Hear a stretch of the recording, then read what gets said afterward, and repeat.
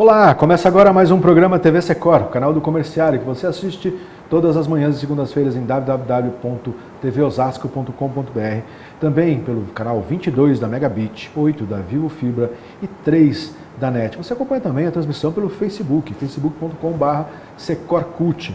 Hoje nós vamos falar com o Felipe Vasconcelos, da Advocacia Garcês. A Advocacia Garcês, que é o escritório da advocacia parceiro na luta do Secor. Vamos falar aí desse momento difícil vivido pelos trabalhadores, esse início de governo Bolsonaro, as perspectivas aí com relação à reforma da Previdência e outros assuntos que interessam diretamente aos trabalhadores aí da nossa base.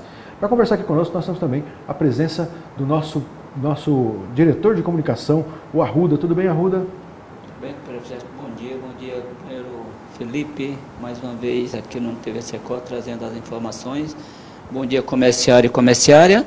E uma coisa que eu não me canso de falar é o seguinte: comerciário, você que está sofrendo algum tipo de assédio, você que não recebeu a diferença do dissídio, você que não recebeu o dia do comerciário, nos procure, que a gente sabe que tem muitas empresas que ainda, baseada não sei em quê, não está pagando a diferença do dissídio para o trabalhador e também não está pagando o dia do comerciário. Isso é incrível, viu? Não sei por que as empresas fazem isso, se baseando numa reforma que não fala nada disso, entendeu? Eu acho que o direito do trabalhador é sagrado, se precisa do trabalhador, tem que também pagar, né, no dia certo, porque, infelizmente, está acontecendo uma enxurrada de empresas aí que está atrasando. Até hoje, muitas empresas não pagou o dia do comerciário.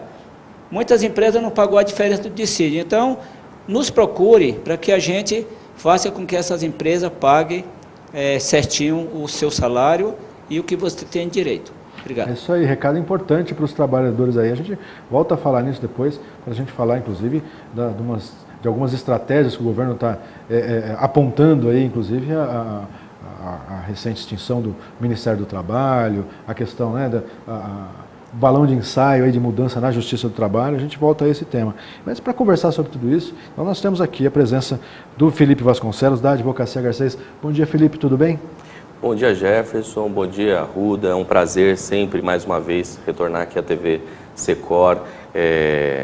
Prazer estar com os companheiros de luta, com combativos como vocês, e poder discutir aqui com a categoria, com a população, o cenário desse novo governo, que apresenta muitos desafios para o movimento sindical, para o movimento popular, e é importante que seja discutido e seja alertado, e também para que a gente possa estabelecer como fazer frente a esse cenário, né? De que forma a importância da organização, a importância de estar junto com o sindicato, de denunciar, de trazer as questões, de se filiar, né? De ter um espaço de organização e luta nesse novo cenário é fundamental. Eu gostaria que você falasse um pouquinho do escritório de Advocacia Garcês, que é um parceiro importante na luta aí do Secor, não só do Secor, mas de outros sindicatos que estão envolvidos em diversas lutas, à frente de diversas lutas no campo jurídico para defender os direitos dos trabalhadores. Não é de hoje, né? Conta um pouquinho para a gente aí do trabalho que o escritório realiza. Claro, Jefferson. Na realidade, o nosso escritório, a Advocacia Garcês, é um escritório que atua exclusivamente para trabalhadores e sindicatos de trabalhadores, né? Não aceitamos defender empresas em nenhuma hipótese.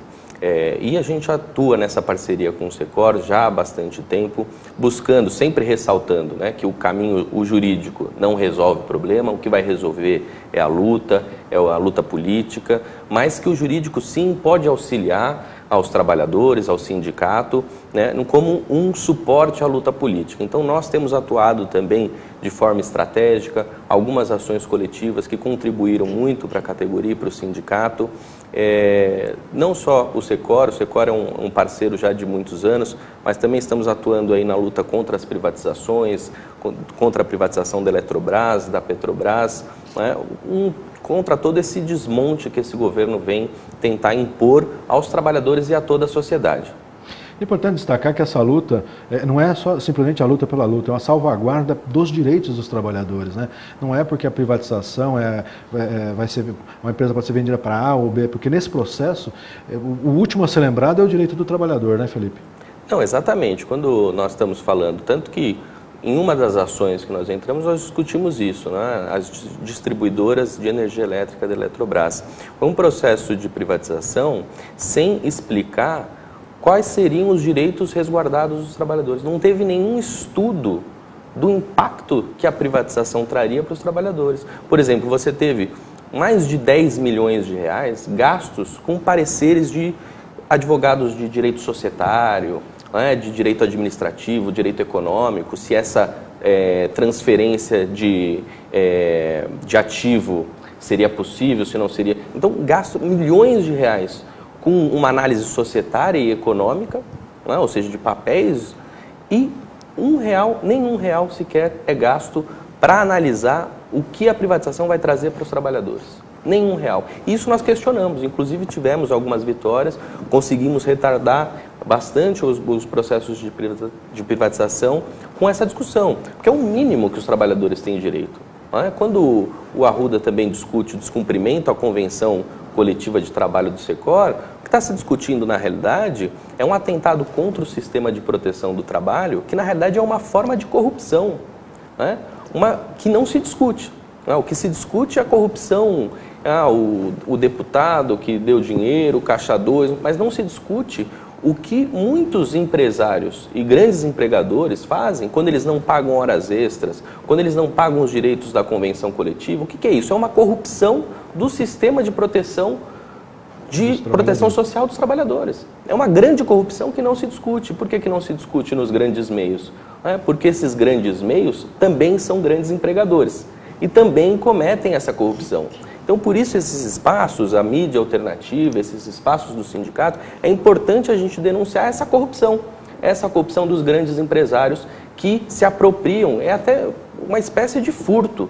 Se você considerar, eu não pago as suas horas extras, o que eu estou fazendo? Eu estou embolsando um dinheiro que é seu, é propriedade sua e eu estou embolsando esse dinheiro. Isso é uma espécie, é um crime, né?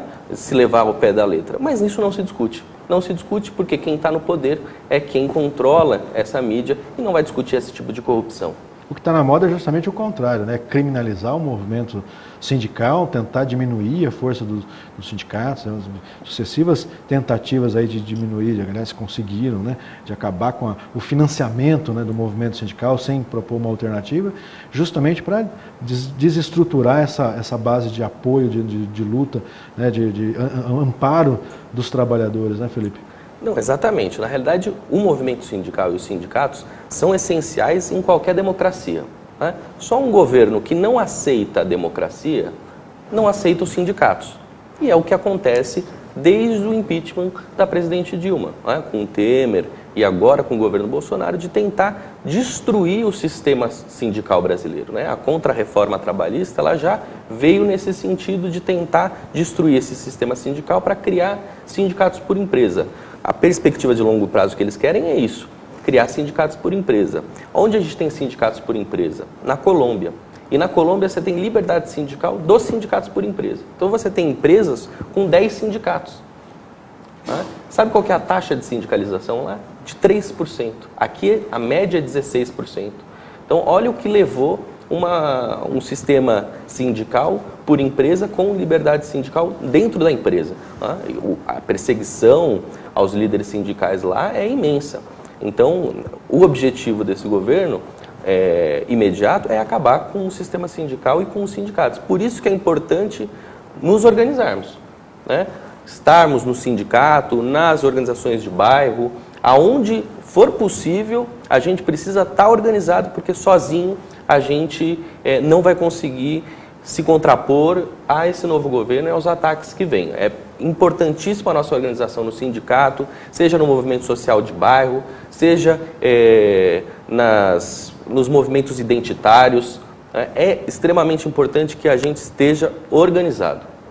Felipe, agora conta um pouquinho do Felipe Vasconcelos, como é que foi essa trajetória até começar a atuar aí no escritório, na Advocacia Garcês, né? E como é que foi esse gosto pela defesa dos trabalhadores, do movimento sindical? Como é que começou isso?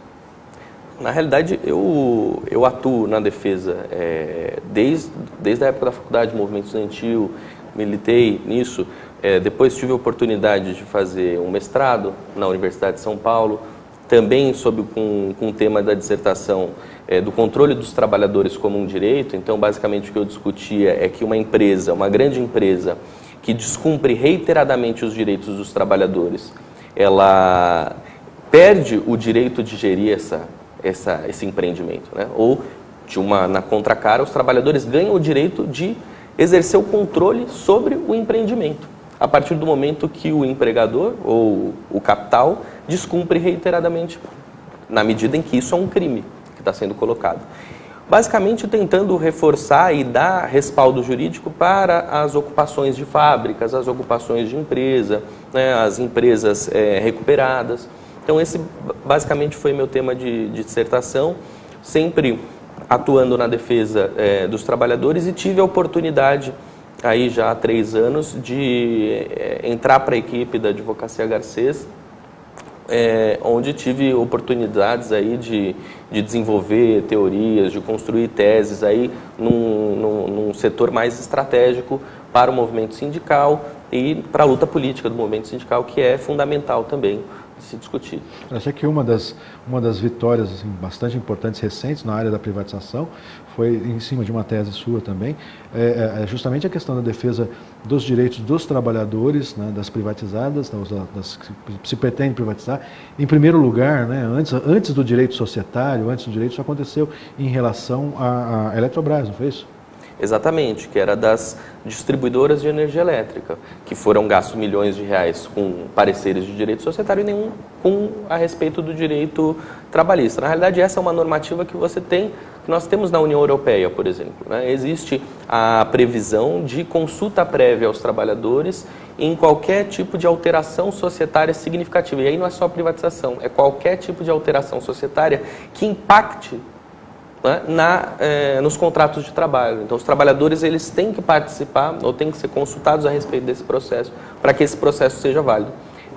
Participação, a consulta, isso é típico das democracias, né? Infelizmente, a gente está entrando num período sombrio, né, de fim desse período democrático de 30 anos que nós vivemos, e por isso a perspectiva que se coloca de organização e de resistência para fazer valer aí juridicamente como um suporte também da luta política, mas sempre colocando que a luta política vem em primeiro lugar e a organização vem em primeiro lugar.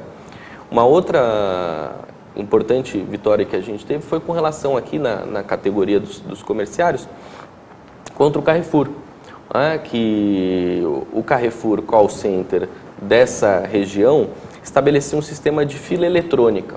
Isso foi realmente notícia no país todo em relação a essa decisão, com uma vitória importante aqui, fila eletrônica do banheiro, né? Sim, exatamente. Veja que absurdo, né? O empregador controlando quando que você pode ir no banheiro ou não. É isso que acontecia. Você tinha que colocar seu nome na fila eletrônica e, se fosse urgente, você tinha que pedir autorização para o seu superior hierárquico. Uhum. O que é isso, né? O empregador controlando o seu sistema fisiológico, né? O seu corpo do trabalhador. É de uma perversidade muito grande. E daí nós entramos com uma ação civil pública, obtivemos uma liminar para obrigar o Carrefour a se abster de utilizar esse sistema perverso imediatamente, o que foi cumprido, e agora aí aguardamos a sentença desse processo. Mas é uma violação aos direitos de personalidade brutal. Controlar o corpo do trabalhador, quando ele pode e quando ele não pode ir no banheiro. Quem tem que decidir isso é o próprio trabalhador, não é a empresa. Ela fala, é um sistema que vai ajudar na organização. Não. Isso, a desculpa é essa. A desculpa é organizar a força de trabalho. Só que a consequência é o quê? Assédio. É isso que acaba acontecendo. Né? Acaba acontecendo o assédio. Quem tem que controlar isso? Os próprios trabalhadores. Os próprios trabalhadores têm capacidade de auto-organizar a sua própria fila e de entender as dinâmicas e as necessidades de cada um. Os próprios trabalhadores têm capacidade para isso. O empregador não tem que se meter nos corpos dos trabalhadores. Fica aí o recado, né, Arruda, para outras empresas que eventualmente pensem ou estejam fazendo isso, alertas, porque o Secor vai para cima, né? Na realidade, além do Carrefour, existem outras empresas, sim, mas o trabalhador, eu não sei por quê, falta de informação não é que a gente sempre pode estar levando a informação. E o trabalhador, na realidade, ele às vezes ele omite um pouco, com medo de ser mandado embora, não sei por quê, omite, mas tem outras empresas que praticam a mesma coisa, e o Carrefour, quando ele sai de uma situação que nem essa que o doutor Felipe falou, ele já pratica outra, entendeu? Na realidade, esse negócio do banheiro foi solucionado em parte, mas ainda continua a mesma perseguição para o pessoal ir no banheiro, em questão do cartão, desse cartão, e vender esse negócio. Ainda existe aí um pouco uma restrição para o pessoal ir no banheiro, que uma pessoa me ligou e falou que vinha me procurar para explicar que foi sanado essa situação do banheiro, mas ainda existe ainda alguma coisa referente a isso, né? Fica aí o alerta para os trabalhadores do Carrefour procurarem o sindicato, denunciarem as situações, porque vai ter luta, né, doutor? Exatamente, exatamente. A luta jurídica, ela complementa, ela dá o suporte, ela mostra o absurdo que está acontecendo com as empresas, mostra o direito dos trabalhadores, né? Mas é a luta política, é a organização, virem ao sindicato, denunciar, se associarem, estarem junto, é isso que vai mudar. E é importante frisar, nesse momento, justamente essa relação de associação, de participar do sindicato, com o fortalecimento dessa luta, e nessa hora que o trabalhador vê como faz diferença o sindicato. Porque o doutor vinha falando, né, na Europa, como é que funciona a questão da proteção dos trabalhadores alvo de privatização, o direito do trabalhador, e o governo brasileiro, o governo desde Temer, usa muito isso, porque país tal não existe sindicato, país menos sindicato. Esse é um argumento que foi utilizado amplamente para criminalizar o sindicato, né, no Brasil, mas a gente percebe que todas essas estratégias de defesa dos trabalhadores existem nesses países. Nenhum país deixou de amparar, até nos governos mais capitalistas, aí, nos Estados Unidos, por exemplo, existe uma base sindical forte, um incentivo à atuação dos sindicatos. Uma excrescência seria o Brasil simplesmente querer acabar com os sindicatos. Não, com certeza. Na realidade é uma grande falácia, uma grande mentira que contam, né? Por exemplo, os Estados Unidos é um país que mais tem legislação de saúde e segurança do trabalho. Leis escritas a respeito disso. Muitas leis. Só que não se fala disso, né? Porque acham lá é tudo negociado entre patrão e empregado. Mentira! Mentira, a legislação de saúde e segurança é extensa, mais extensa que no Brasil. Daí falam, não tem, Brasil, a justiça do trabalho é uma jabuticaba. Outra mentira, né? Diversos países possuem justiça do trabalho especializada, diversos países no mundo. Isso é uma grande falácia, e na realidade que o Brasil é o país que mais tem ação trabalhista no mundo. Outra mentira, né? Até o Japão tem mais ação trabalhista que no Brasil. Então, são coisas que contam, né? Ou que a Justiça do Trabalho é muito pró-trabalhador, que acaba entrando no senso comum, que a gente acaba reproduzindo, porque a gente ouve muito falar, mas sem nenhum dado científico, né? Sem nenhuma pesquisa concreta do que está sendo colocado. E, na realidade, o que eles querem é acabar com o sistema de justiça trabalhista. O que esse governo quer é acabar com o sistema de justiça trabalhista. O que é o sistema de justiça trabalhista? É o Ministério do Trabalho, é o Ministério Público do Trabalho, é a Justiça do Trabalho, é a negociação coletiva, a greve, que fazem parte de um sistema de justiça trabalhista que garante aos trabalhadores, né, um sistema de proteção social, garante mecanismos de luta, garante, então, o direito à greve, o direito à negociação coletiva. Tudo isso está sendo atacado desde Temer e a perspectiva é que se aprofunde, né, nesse novo governo do Bolsonaro a partir de 2019. Já extinguiu o Ministério do Trabalho já foi, e já falou a respeito de estudos de se extinguir a Justiça do Trabalho, com informações, né, sem qualquer tipo de base científica, de que a Justiça do Trabalho tem muita ação e etc. Não há dado científico, mas também pudera, né, um governo que quer acabar com a obrigatoriedade da ABNT de citações, depois voltou atrás, mas que teve isso, é um governo que muda a lei de transparência, ou seja, que permite, né, que servidores coloquem documentos. Sobre então, documentos importantes. É assim que esse governo, né, quer acabar com a corrupção, proibindo os trabalhadores de terem acesso à informação, acabando com o sistema de proteção social, impedindo aos trabalhadores de entrar na justiça. Daí você tem o país, na forma, o país perfeito. Não temos litígio trabalhista, olha só, ninguém entra com ação trabalhista aqui, olha que maravilha que é o Brasil. Não temos corrupção, então que maravilha de país. Mas o que é isso? Na realidade, você não pode entrar com ação trabalhista, porque senão você vai ser condenado em custa, sucumbência, vai sofrer assédio, não é? Ou porque acabou a justiça do trabalho, não consegue negociar coletivamente e não consegue ter acesso aos documentos para saber o que está acontecendo, né, no COAF, quais são as transferências, qual o documento, quais são os contratos que estão sendo firmados. E daí é isso. Daí não tem corrupção, não tem conflito trabalhista, porque você impediu isso, né, pela repressão. Daí você tem na forma, você diz isso, em estatísticas você diz isso, e na realidade concreta você tem caos social, conflito, né?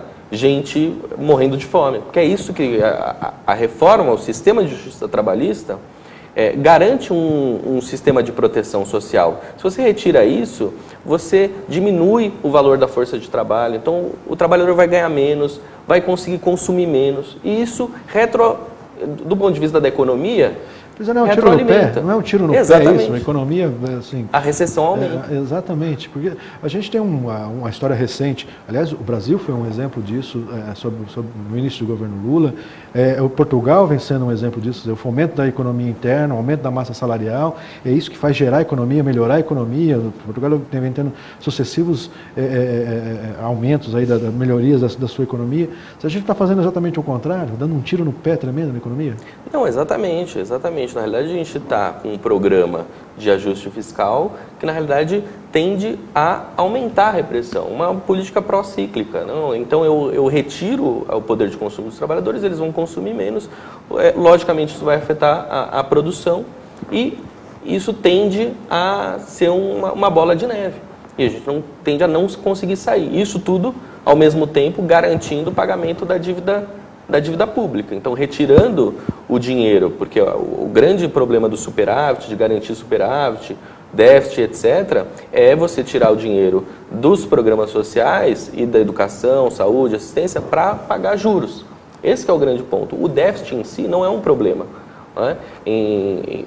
No segundo governo Lula, que você teve um grande investimento do Estado, né? Então teve o PAC e tudo isso, de programas de transferência de renda que aumentaram, Bolsa Família, isso incentivou a economia. Você teve mais receitas, inclusive para a Previdência Social, porque teve mais gente formalizada no mercado de trabalho, que vai contribuir mais, que vai pagar mais imposto. Garantindo, né, a circulação, garantindo o crescimento econômico que você garante, crescimento econômico com inclusão. Não, porque também não adianta um crescimento econômico artificial que você não tem inclusão, que é o milagre econômico. Se isso não diminui a distância, a diferença social, não adianta, né? Você tem mais fome, e daí pessoas que não conseguem comprar gás de cozinha são queimadas porque tem que utilizar querosene, que tem que utilizar outros mecanismos. Isso afeta concretamente a vida das pessoas. Esse tipo de política econômica, mas esse que foi o grande problema. Muitas pessoas que estão afetadas, que são afetadas hoje por esse tipo de política econômica, votaram nesse governo. Mas por quê? Porque foi um governo que fez uma campanha política baseada no personalismo. Então você é petista, não é, numa questão moral e não de programa. Ninguém estava discutindo programa ali, né? Quer dizer, ninguém não. O governo que venceu não queria discutir programa. Não queria discutir o problema do gás de cozinha para as famílias, né? O problema do mercado informal. Depois que passou a contra-reforma trabalhista, o setor informal do mercado cresceu vertiginosamente. A gente ainda está aguardando a promessa da geração de empregos, né, que foi o grande argumento para aprovar a contra-reforma trabalhista, e até agora os empregos gerados são empregos de péssima qualidade, não foram em volume que mudasse de fato o quadro do desemprego astronômico no Brasil, e ainda assim foram empregos, né, de péssima qualidade. Né? Sim, primeiro que não gerou, né, não resolveu o problema do emprego, e segundo que aumentou o mercado informal. E quando a gente fala de aumentar o mercado informal, a gente está falando de ausência de 13º salário, de ausência de FGTS, né? De ausência de diversos direitos. E isso é o quê? Dinheiro na economia. Então, até quem tem um mercadinho lá foi prejudicado por isso. Porque o trabalhador que vai para o mercado informal não vai conseguir comprar mais no comércio, não vai conseguir comprar presentes de Natal, porque não vai ter o 13º, porque está no mercado informal. Agora vem aí, o doutor mencionou esse assunto, uma outra proposta de reforma que tende a afetar ainda mais a economia, que é a reforma da Previdência, né? Não, exatamente. Quando a gente discute a questão da contra-reforma trabalhista, já é algo que afeta a reforma da Previdência, já é algo que afeta a Previdência, né? Porque nós estamos falando de menos receita. Né? Quando está um mercado formal, alguém está formalizado, carteira assinada, etc., isso contribui para a Previdência Social. Isso contribui para o superávit ou para o déficit da Previdência Social. Quando você faz uma contra-reforma trabalhista que joga a maior parte dos trabalhadores no setor informal, você contribui para o déficit. Então você cria o problema que você agora diz querer resolver.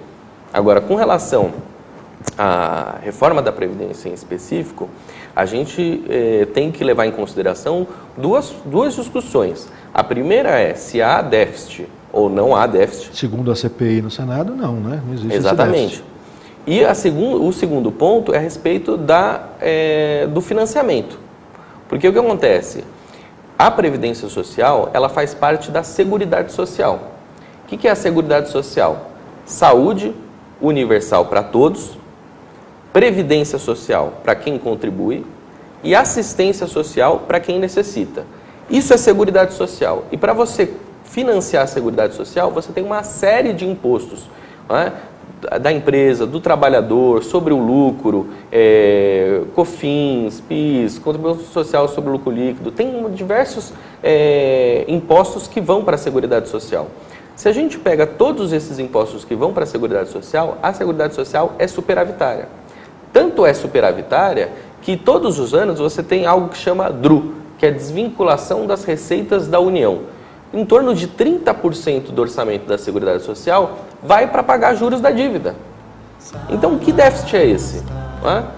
E aí tem que se discutir, porque se a gente for discutir só a Previdência, eventualmente você consegue déficit. Se eu tiro assistência, se eu tiro saúde, tiro todas as receitas e só discuto quem contribui para a Previdência e quem recebe da Previdência, então é uma manobra contábil que eu faço de déficit. Só que se eu analiso por setores ou por categorias, eu também consigo ver onde está o maior problema. Está no setor militar. O maior déficit per capita é dos militares. Um governo com maioria militar, que não me parece que vai estar disposto a mexer na Previdência dos militares. Né? Vai estar disposto a mexer o quê? Na assistência social, desvincular do salário mínimo. Então, a aposentadoria da Dona Maria que é o problema. Exatamente. A aposentadoria da Dona Maria que é o problema e não dos militares que passam para a reserva ganhando salário integral.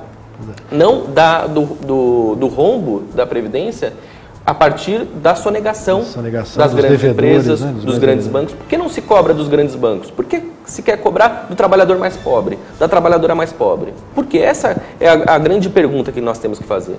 Tá certo, e vamos ficar com essa pergunta, porque infelizmente o nosso tempo já chegou ao fim. Queria agradecer aqui a participação do Felipe Vasconcelos, agradecer também a participação do Arruda, e você já sabe, não fique só, fique sócio, confira no site do seu sindicato, www.secor.org.br, os benefícios e vantagens de ser um associado. Eu aguardo você na próxima semana, até lá.